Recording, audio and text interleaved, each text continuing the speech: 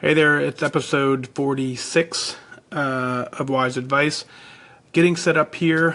Got the computer ready. As you know, we go through, I go through the show here ahead of time, kind of give you a preview of what it's going to be. Then I go into the live recording of the show. And then I stick around after to answer any questions that you may have. So that's what's going on here. So in about a couple seconds, I'll get the computer fired up. We'll go live on to the recording.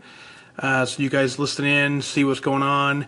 As I'm going through the show, any questions you have, type them in here. And then I'll kind of, every once in a while I can kind of see them as I'm talking. I'll try and work it in, but generally what I do is I end the recording here. Happy Monday, whoop whoop.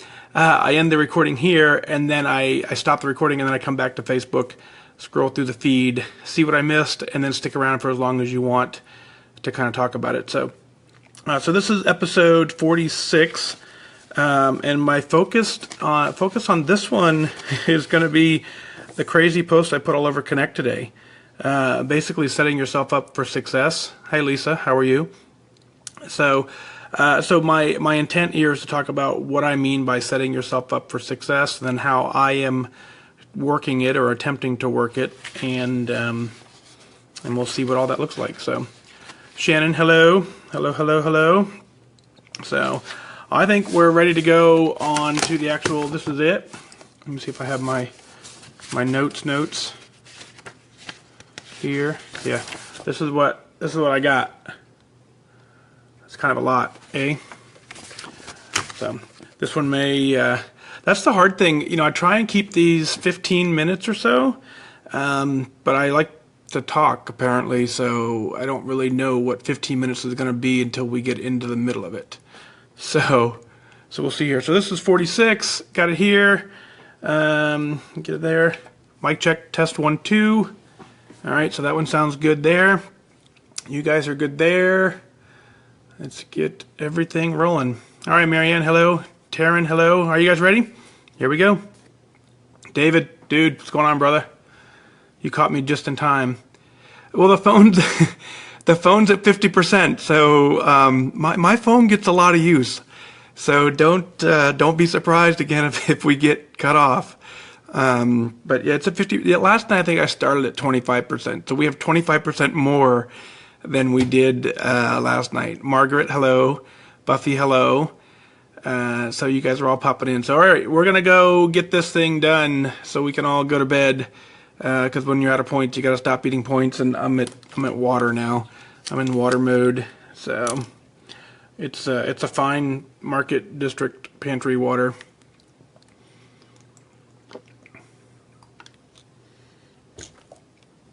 All right. We're going to roll. Let's see here. I always got to get my chair makes a lot of noise. Yeah, Margaret, you're at water also. Water is 0 points. It's good for you. So, all right, here we go. I am a nut. Exactly.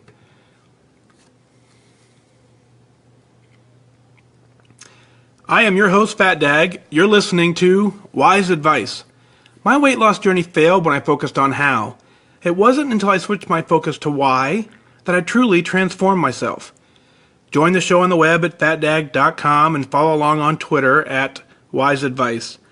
Send in your comments, your questions, and your celebrations, and I'll include them as part of the show. Before we dive in, remember, when you're out of points, stop eating points. I'm honored to be your wingman as we walk through this journey together because I believe in you. Well, hello there. Welcome to episode 46 of Wise Advice. Got an interesting day today. Got an interesting show prepared for you. And it all has to do with setting yourself up for success. If you're in here right now, if you're listening, then you want to be successful. Your mind's engaged. You're in for the long haul. So how do we set ourselves up for the future? We know this is a lifetime journey. And so that's what we're going to kind of talk about. But first, I want to talk about Rita. Rita writes in out of Sioux Falls, South Dakota, 25 pounds down. She says, your podcast is amazing. I listen on the way to work every morning, and you truly are an inspiration and a motivation. This is what I needed to help me truck on. Thanks. Well, Rita, I got to say, the fact that you tune in every morning, thank you. I'm honored to ride with you. It's very cool to be, in your ear as you're driving to and from work.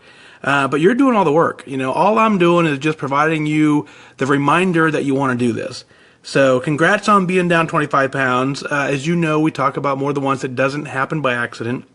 You're focused, you're determined, you're disciplined, and that's how you get down 25 pounds. If you get down 25 pounds, you absolutely have the ability to get to goal. So Rita, write in when you get to goal. I'm happy for you. Congrats there. Next up is Bridget. Bridget out of Long Island. Did I pronounce that right? Long Island. Bridget out of Long Island, New York, writes in, says, hello, I just wanted to say that I love your podcast. I have to admit, at first, I was disinterested. I mean, I've been a lifetime member for 17 years coming up this June. Would I really hear anything I haven't heard before? But being that Connect is all about support, I decided to support you and download an episode to give your podcast a try. And I'm so glad I did. Even at 17 years at Lifetime, I still struggle occasionally.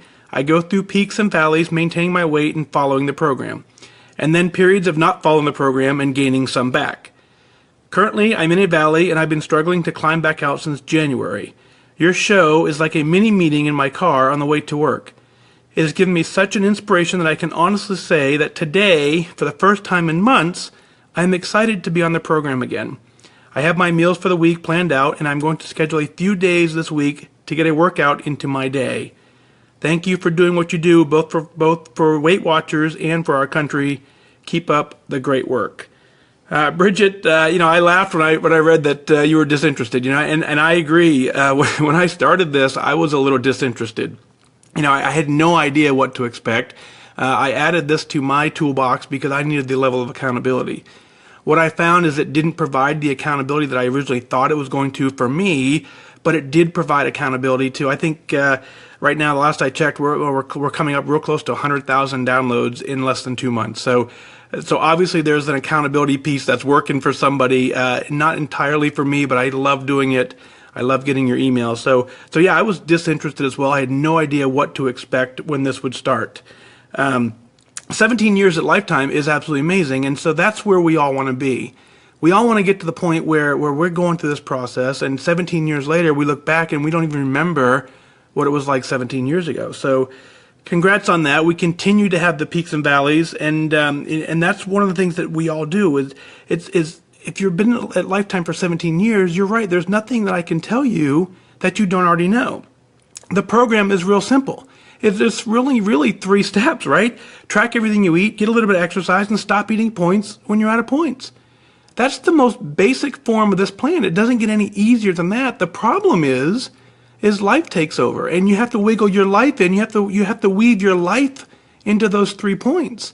And that becomes difficult. So it's not that I'm going to teach you anything new in this process. It's not that I'm going to tell you anything that's earth-shattering. All I'm going to do is remind you that you wanted to do this. I'm going to remind you that you signed up to do this, that you had a why strong enough to get this done. That's all the intent is here. And so the fact that you tune in, it's honored. I'm honored to have someone who's 17 years at Lifetime joining us, because I think that is the end result for all of us, is to get there. So very, very, very cool. So I want to switch to talking about setting yourself up for success. Again, right now, if you're tuned in, which obviously you are, and if you're paying attention, and you're not here by accident, right? So especially now we're 5-6 minutes into this episode, you're still listening, which means you want to be successful.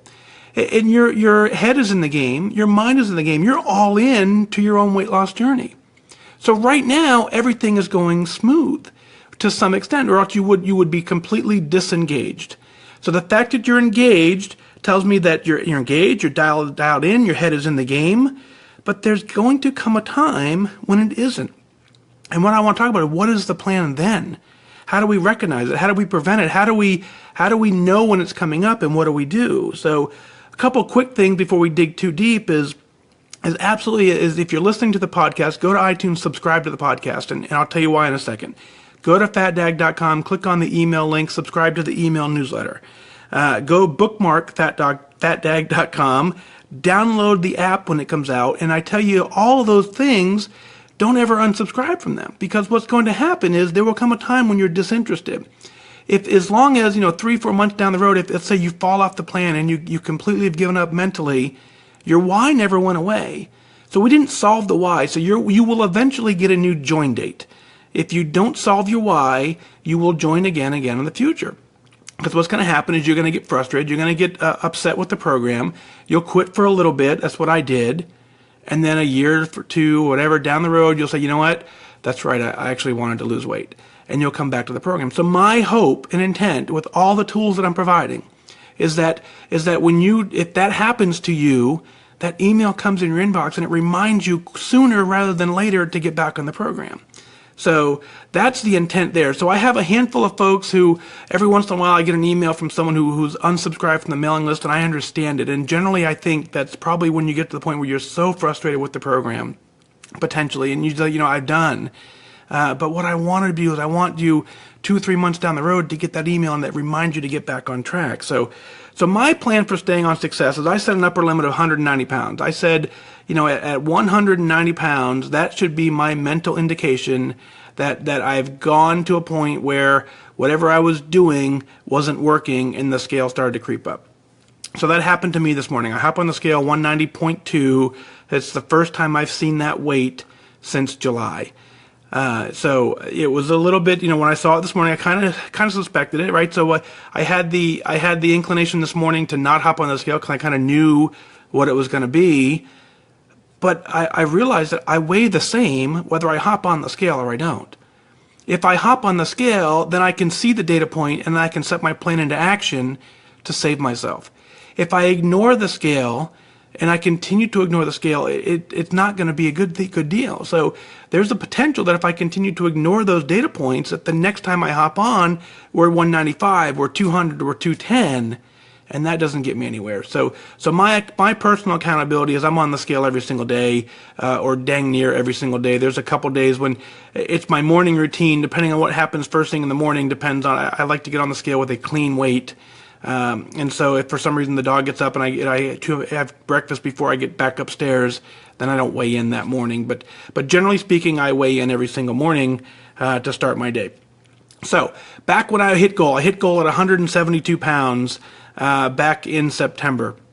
At that point in my plan, I was doing no strength training or very, very little strength training. So I considered 172 my goal weight, and then I set a range of 172 up to about probably 175, 180, 178, somewhere in that ballpark. I considered my goal range. So back when I was doing good, I'm on plan, I'm perfectly focused, I'm engaged in the process, I'm disciplined, I'm working it like a champ. I knew this day would come. I could see the future because I've been on this plan 5 other times in the past. I knew that at some point life takes over for me, and the addictions get hard, and it becomes difficult to stay on the plan. So I knew that day potentially would come. I didn't want it to, right? There's no way I wanted today to get here in this sense.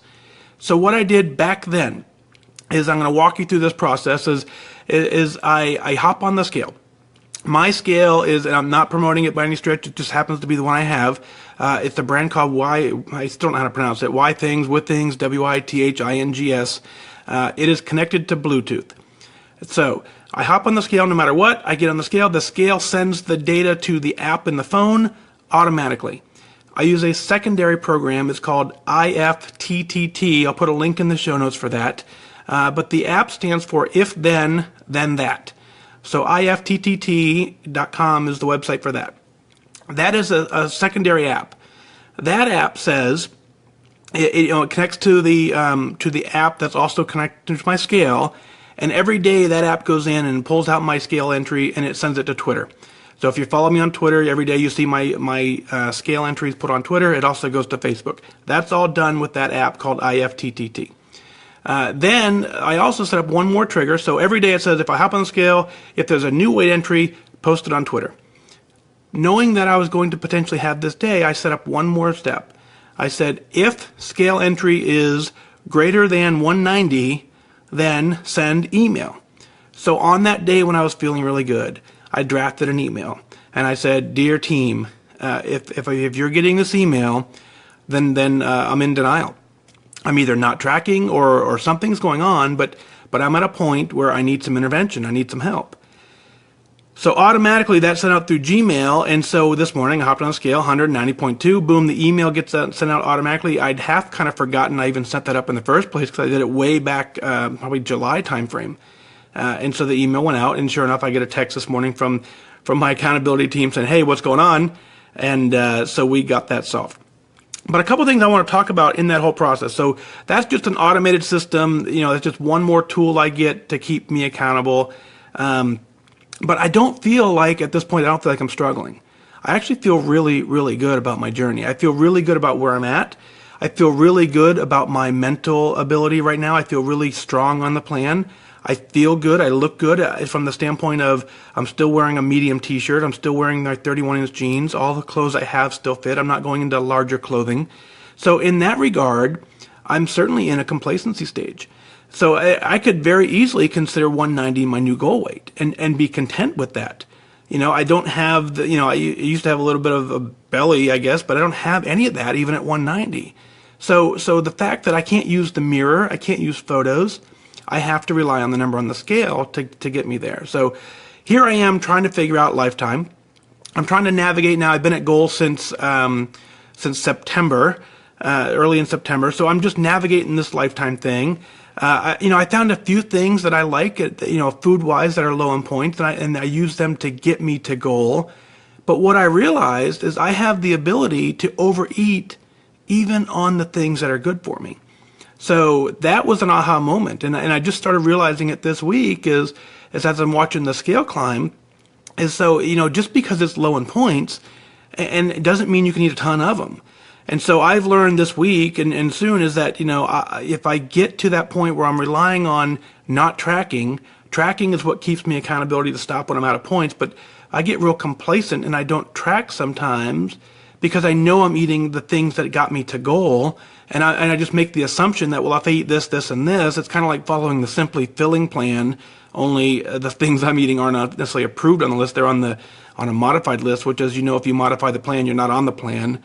And therefore you're doing your own thing, and your own thing is where it got me in trouble. So I'm back to not doing that. But also I learned that a little bit of sugar for me turns into a lot more sugar. So I'm really strong before the first bite. So before that first bite of sugar, I now need to make that mental adjustment. Do I really want this? Because that first bite is going to lead to 2, 3, 4, 5 more bites down the road. It's very easy for me to stop before that first one. I have a ton of willpower before I take the first bite. It's after the first bite that the willpower diminishes and it goes on, and then you combine that with the complacency of I feel good, I look good, and things start to unravel. So backing up, I hit goal at 172 pounds. I wasn't doing any strength training. Since then, I've been 9 months of intense strength training. So I haven't missed a workout in the gym, and so I physically look different than I did 9 months ago. I actually can see the muscle definition. My medium t-shirt, I've been wearing medium t-shirts for a long time. My medium t-shirts are starting to get tight, but they're getting tight in the shoulders, they're getting tight in the arms, they're getting tight in the upper chest area. They're not tight at all around the waist. They're just still very loose around the waist. So I know that my muscle is adding to my increase on the scale, without a doubt. The problem is I don't know where between 172 and 190, how much of that is muscle. I don't have any idea. So, I'm sitting here I've been using that as an excuse, saying I've been watching the scale creep up from 172 into the 180s, 183. And again, knowing that I'm really comfortable with that weight, I've accepted that. So I've got to figure out what my goal weight is. I now need to reassess the entire plan and say, at some point I need to figure out what my new goal weight is. And it could be 190, it could be 175, it could be 180. I truly at this point do not know. The only way for me to get back to knowing is to track. So starting now and starting today, I did it quite well, is back on track. I opened the tracker, I logged in everything that I had. And so I'm going to now track and see what happens to the scale. I'm content at 190. If 190 is where it is, 190 is where it's at. And that's just fine. I'm guessing it's going to be closer to 185. I don't think 172 anymore is attainable anymore, just because of the physical definition that I can see in my muscle tone. So back when I hit goal at 172, I didn't have the muscle definition that I do now. So again, the only way for me to tell where I am is to track. That's how the program works, as we continue to track everything we're doing, and we move forward from there. So I have my why clearly in focus. My why is I do not want to get to the point where I'm now struggling anymore. So I'm very much focused. I'm very much engaged in the process, and we're just going to figure out where it is. So I hope that what I want you to do is I want you to focus on that. I want you to have the discipline right now while you're still actively engaged in the process, and I want you to set yourself up for your future success. You don't get to 17 years of lifetime, like Bridget said. You don't get there without having a plan. We will continue to struggle as time goes on. There will be ups and downs, and you need to, while you're strong, figure out your plan for the days that you're not. And that's what I've done. That's what's working for me. I'm back on track, and I'm just hitting it out of the park. So hope that gives you some insight, but that's really where we're at. So let's talk about you. Let's talk about your celebrations. Tell me how you're working your plan. Tell me what strategies you've set up for your own success down the road. I really would like to hear that. Tell me what you're celebrating. Let's go to fatdag.com, click on podcast, send in your celebrations. I'll work them in as part of the show. But that's going to do it for this time. So remember that losing weight and getting healthy has nothing to do with luck. You have to remain disciplined and focused. Set your sights on your goal and go after it. I wish you good focus. All right, cool. That's there. Get that turned off. All right, so cool. What do you guys think? So I'm going to go scroll back to the very beginning of the questions and see. I saw a couple pop in, but man, when I'm rolling, it's hard to read them. So I'll go back to the top, and then I'll come back to Debbie's comment. Says you cannot do sugar. Learned. Yeah, Debbie, I'm in the same boat. So going all the way back to the top. Whew, Claudia. I think I got most of you. I think Kaylin, I said hi to you earlier. Lisa's hi. Shannon, hi. Taryn, hi. Hey. Marianne and David, got to both of you. Yep, the phone's still rocking, so far so good. Margaret, hello. Buffy, hello. We said hi there. Margaret said, yeah, back of water. Yeah. So I've read all these. So, yeah, Giant Eagle. Shannon, I think Giant Eagle is market. There's a market district where I live. So,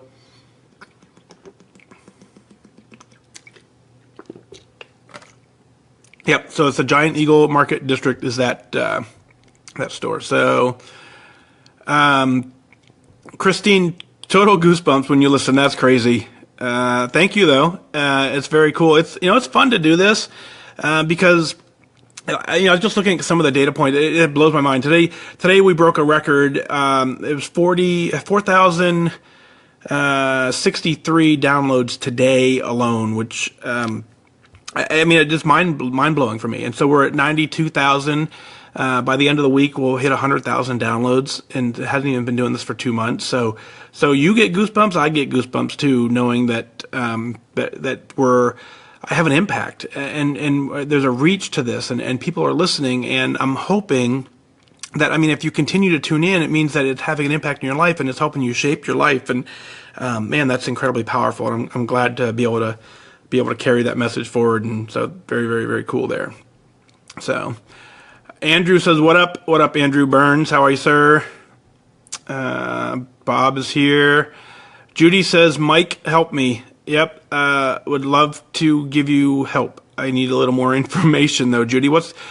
Judy, hopefully you found the rest of the podcast, and so my first inclination would be scroll through the list. There's 46 of them out there. Read some of the subject lines, read some of the show descriptions, find something that may resonate with what you're thinking right now. Listen to them in that order first. There's no rhyme or reason to what order you listen to them in. My personal favorite is number 12, so go listen to episode 12. And then let me know. Email. Of course, you can always shoot me an email, onair@fatdag.com. And I'm about 3 or 4 days behind the email box, so then the things I talk about now are emails I've gotten 3 or 4 days ago. So if you shoot me an email, probably about 3 to 4 days into it before you get a response back. But I just about every single one, unless they're super duper long, and even them, I'm working on paring them down. But I'll read it, and then we'll just talk about it. And it's kind of cool that it helps me as much as it helps you, because let's face it, I'm still trying to navigate this as well. So, so there we go there. Let's see. Yeah, so Jane, that's my new saying is you weigh the same whether you hop on the scale or not, right? I mean, just because you don't get on the scale doesn't mean it's going to weigh any less. And so I need that data point to know if I know what the number is, I can put a plan in action. And so, it's hard to make a plan for something you don't know. So that's exactly my new saying. If you weigh the same whether you step on the scale or not, so I hop on the scale. And then I take that data point and go, okay, if I like it, then that's great. If I don't like it, then I set a plan in action is to make some changes. So that's my motto there. So Debbie's hey, Diane, hello, LR, hi from Tennessee. Jeff is here again. Hey Jeff, how are you, sir? Overeating on low point food. Yeah. So Debbie, I have my issue. I'm learning really. I used to think my issue was junk food, and it is right. That's still part of my issue, but my true issue is I do have an eating addiction, and so I can overeat on healthy food. I've learned that pretty much really the last couple. I don't know, 3-4 weeks or so is when I really started noticing, like, oh my God, I'm just eating just to eat. And so tracking is what's keeping me from doing that. So the days that I don't track is I think I'm eating the healthy food. So I pick the healthier stuff, and I go, yeah, I can eat this, because I know I've eaten that on before and lost weight with that. So I continue to eat it. But it's the portion control, even on the healthy food, is where I'm wouldn't say getting into trouble, but where I'm now focusing my efforts. So Kirby is in Italy, so that's pretty cool. Dude, you're 5 a.m. club at 4:30 in Italy time, so very good, man. I'm proud of you. Good work getting her done. And we're back to Debbie. Debbie says cannot do sugar. So that's exactly my same philosophy is, I can do it a little bit, but the problem is if I do it, the first bite I know is going to lead to 3 or 4, and that's just the danger. So I try and limit that. But so Buffy got 20,000 steps today. That's insane. I don't think I've had a 20,000 point step day in a long time. So that's very cool. Very, very excited to see 20,000. So how many fit points does that equate to? Out of curiosity, look in your app. I'm curious how many points that is. It's got to be quite a bit. So very, very, very cool.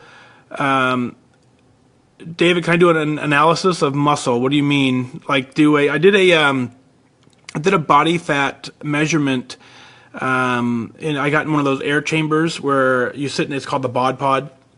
So you sit in this little, looks like an egg, like a Mork from Mindy, if any of you are old enough to know that, Mork from Ork. Sit in this little egg capsule. It takes all the air out and then pumps air in and then does a body fat reading. And so doing that body fat percent, I was 18% body fat, which they considered moderately lean. So, I'm content with that. If that's where I stay, then I'm fine with that. And so I know many people who've gone through the same machine who aren't getting 18% body fat. So I'm happy with 18% body fat. So that's where, again, it's, my goal weight isn't necessarily, I'm not focused so much on a number anymore. I'm focused on a look and feel, but I also know that, 190 right now, because I haven't tracked well for a couple weeks, that I bet you 190 is a little high. So I'm not content with 190, even though I feel good and look good. I bet you I can get down to 185-ish. Maybe even a little lower than that. We'll have to see. I truly don't know, so I have to just track to figure it out. So very, very, very cool. Jane says good stuff as always. Thank you. Appreciate that. Andrew from Louisville. Ashirota, is that how? Oh, that's your Connect username. Got it. So hi, Andrew. Good to meet you at Louisville. We're neighbors. I'm only 2 hours up the road. So Jeff saying, once you're at Lifetime, can you switch your goal weight and stay at Lifetime, or do you have to go another 6 weeks to reach your Lifetime status? I don't know. My assumption is that you can set your goal weight at whatever you want. So for me, if I were to try and set my goal weight at 190, I'm going to need a note from the doc because the Weight Watcher range is 178 for me. So if I don't get back to 178, then at that point I got to go visit a doc with my 18% body fat and say, look, doc, let's agree on 185, and if he does, then then I'll just readjust my goal at that point. So, at this point, I'm not worried about that per se. I'm really just worried about how I feel about it. So we'll go from there. Being an employee helps, I guess, because I'm not paying either way.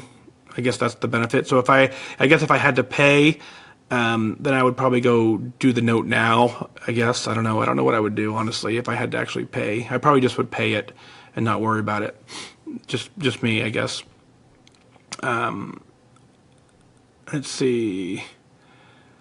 Yeah. So Delilah. Delilah, sorry, I'm hard to read sometimes. Yeah, I'm sticking with the plan because the plan works. I've tried a whole bunch of other things and nothing else has worked for me. So I'm not giving up. That's one thing I'm not doing this time is I'm not quitting. The only thing quitting gives you is a new join date. I've got enough join dates to go. I don't need another join date. So I may not be perfect as I work it, but I'm certainly not giving up on the process at all. David, when's the race in Indy? Which race? The Indy 500's coming up, right? They did the the mini marathon was last weekend. So Indy has a lot of races, a lot of running races. Oh, the Indy Ultimate is June 24th. If you're interested, on fatdag.com, click on Indy Ultimate. It's a really cool race. It's 7 miles, a walk run. We're going to walk it mostly. But it's 7 miles. You go through Lucas Oil Stadium, you kick a field goal. You go through Bankers Life Stadium, you shoot a free throw. You end up going to Victory Field and you run the bases there. You run up the steps to the Indiana War Memorial. You go to Carroll Stadium, you kick a soccer goal. All of this is in a 7 mile run. So that's on, I think it's June 24th.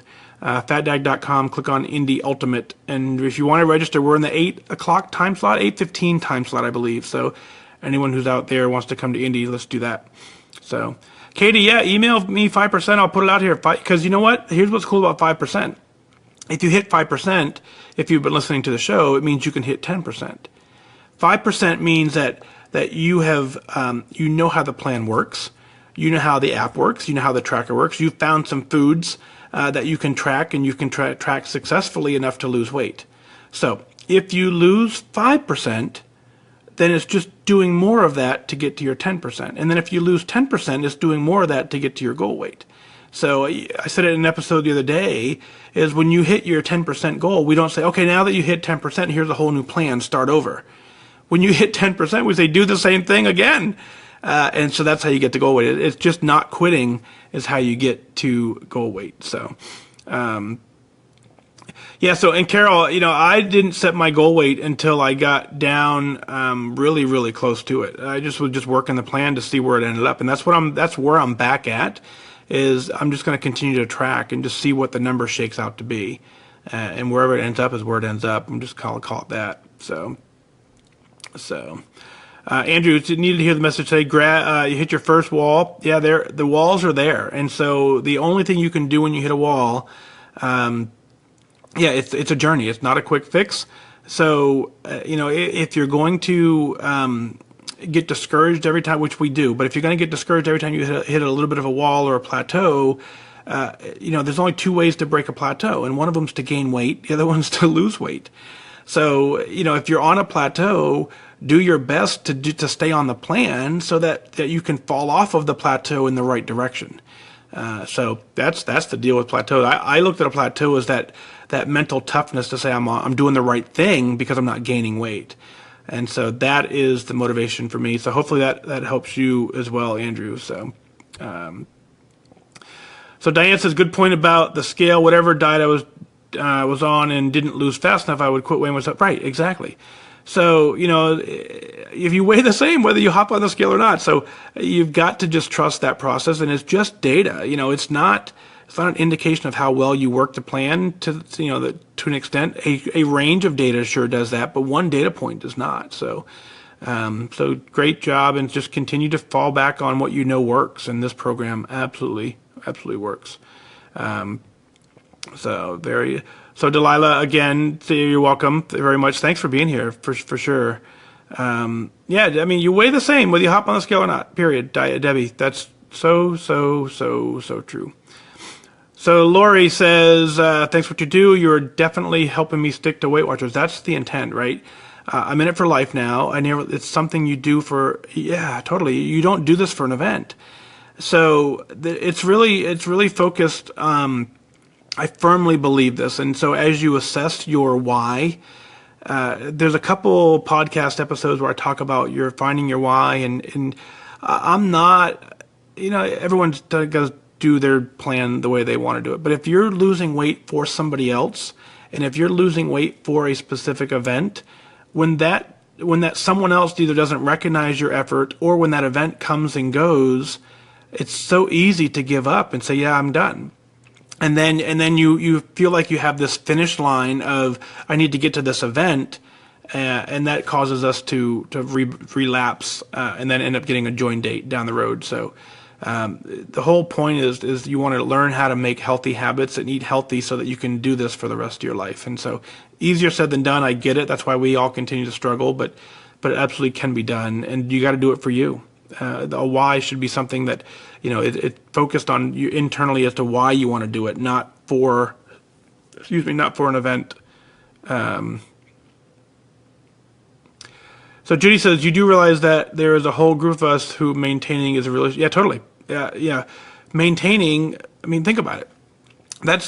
So for me, the weight loss part of my journey I was very fortunate. From March to September was the weight loss, so for 6 months I lost weight. So 6 months out of 44 years, I was losing weight. So for I'm 44 years old. I'm hoping to live into the 90s, right? So for the next 50 years, I've got to figure out how to maintain it. And I have to balance that with life. So, a 6 month blip on the radar is not going to, help me stay focused up until age 90, or 95, or however long I want to live. Hopefully by the time I get to there, we've figured out some sort of Han Solo cryogenic freeze or something. Yeah, David, I thought so too. 1,000 steps is a fit point. So 20,000 steps would be 20 fit points. That's about what I thought too. Phone saying low battery. So I have 20% of my phone left. We'll see how long it takes this. Yep. So there is a whole group of us that lifetime is hard. Yeah, totally get it. Yeah, absolutely get it. And Kathy says, you keep me motivated and you love your podcast and you're losing. So that's the whole point. Good job. Good job. So 14 fit points for 19 steps, 21 for walking 105 minutes is what the tracker said. So that's incredible. Don't eat them, right? There's a whole episode on fit points. So hopefully you listen to that one as well. So very, very cool. So Delia again says, you saw the Weight Watchers worked. It is sustainable. And attendance goals, working the plan. Yeah, attendance goals, that's something I kind of just figured out on my own. And the reason attendance goals work is because you develop a habit. And it's not so much that going to the gym every day and walking is doing anything for you physically. I mean, it certainly does, don't get me wrong, but more importantly, what it's doing is it's telling yourself that that's what you do. And so if you stop, think about a routine that you have now, that whether healthy or unhealthy. So if you stop every day on the way home, on the way to work, and you grab a Starbucks, that's a habit. And so that's an attendance goal of, I have to stop at Starbucks. So if you now replace that Starbucks with a gym visit before or after work, and you say every day I come home from work, I stop at the gym, then the habit is that you just do that every single day. And so that habit, eventually, you'll end up doing more and more and more, but you got to build the habit of actually going, which is way more important than how hard you work out while you're there. So very, very, very, very cool. So Katie says, I like the internal why. Sometimes I feel wrong and that my main why is not for my kids. No. And so Katie, that factors into it for sure. My why didn't necessarily have to do with I want to be healthy for my family. That wasn't it initially. I do want to be healthy for my family. There's no question about it. I do want to live a long, healthy life so that I can be with my family. Absolutely. But my why, what motivated me to get to that point, had nothing to do with that. What motivated me from that is I was tired. If you listen to my episode 12, you'll hear why. And so I was tired of that lifestyle of being embarrassed and being overweight, and that was killing me. And so I got sick of doing that. And then so the benefit is I get to be around for my family. So, so very, very, very, very cool. Let's see. Jane, I think, I don't think maintenance is more difficult. I think it's differently difficult. And what I mean by that is I think maintenance is more fun. So, and I took a different approach. And so my approach when I was losing weight is I tracked everything. And I did not break the plan. I did really, really, really well in place. So there were events that I took lunches to, and there were events that I skipped. And so all of that got me to goal quickly. Now in maintenance mode, those events I would operate a little differently. And so the danger is because I now don't do it the same way exactly, I now have to contend with the scale going up and down a little more than before. So, and so that's why I have these accountability pieces in place to make sure that I stay true to the plan. But I think maintenance gives you a little more freedom for special events and things that are out of the ordinary. Whereas for me, when I was losing the weight, the things that come up out of the ordinary, I opted out of. So, yeah. So Kathy, definitely, yeah. Don't eat. My recommendation is don't eat your fit points. So when you get to maintenance, then you can start introducing fit points, because depending on how much activity you're doing at that point, you will need to eat some. It's different for everybody, so you have to truly figure it out for yourself. But generally, as a rule, I use fit points as extra credit in my weight loss, not as a reason to eat more. Because I wanted to. You got to hear it in the podcast. You have to break the addiction to the sugar. So if you're working out and earning 30 fit points, and those 30 fit points allow you to go eat 2 donuts, then what happens is you continue to have that sugar addiction to the donut. And so if you don't eat them, you break the addiction to the sugar, because you're staying on the plan, and the plan doesn't really allow you to have a ton of sugar. So if you eat them, my recommendation would always be to eat them with something high in protein, because if you worked out, you need the protein to rebuild the muscle. Just because you ran 20,000 or walked 20,000 steps doesn't give you the freedom to go eat a Snickers, even though the plan certainly would allow you to do that. The long-term strategy is that's not going to set you up well for success, because those cravings and the bad habits will continue to be strong and be alive. So get to the fit point. You may want to do that's up to you. Skip ahead to the fit point episode, because I think it's a good one as well. So cool. And then Lacey says she agrees about maintenance being easier, and so it's differently, right? So it's not necessarily harder or easier. It's completely different. But there's a lot more freedom. So there's a lot more freedom in the maintenance plan if you've done it properly, right? And so what I mean by that is, if you got here by doing by breaking the addiction to sugar and eating healthy and making healthier choices, then when you get to maintenance, you have the ability to win. So. It's just different, but I really enjoy maintenance way more than I thought I was going to. But it comes with its own set of boundaries you have to be mindful of, and so for sure. Carol, when I talk about addiction to sugar, no, I don't mean fruits at all. I don't think the apples and the bananas are the reason I'm overweight or was overweight. So there is a whole mindset of how much fruit you can eat. My philosophy on that, and strictly my philosophy on that, is if me eating 7 apples today prevents me from eating a Snickers bar, then I'm going to eat 7 apples, and I'm not going to track them, and I'm going to move on. So if I'm going to eat 7 apples and then still have a Snickers, then then maybe I'll track the 6th or 7th apple. But I think fruit and vegetables are going to be so healthy for us that if they prevent us from going over the points, and they keep us staying on plan because there's 0 points, then I say eat as many of them as you need to. Now, if you do that and you're not getting the results you want on the scale, then you've got to readjust, and you've got to say, okay, maybe the 7 apples was too much. Maybe 10 bananas is too many in a day. But I'd rather you eat 10 bananas than a bag of chips. At least at that point we know what the issue is, and we're eating a better healthy options at that point. And so go there. So cool.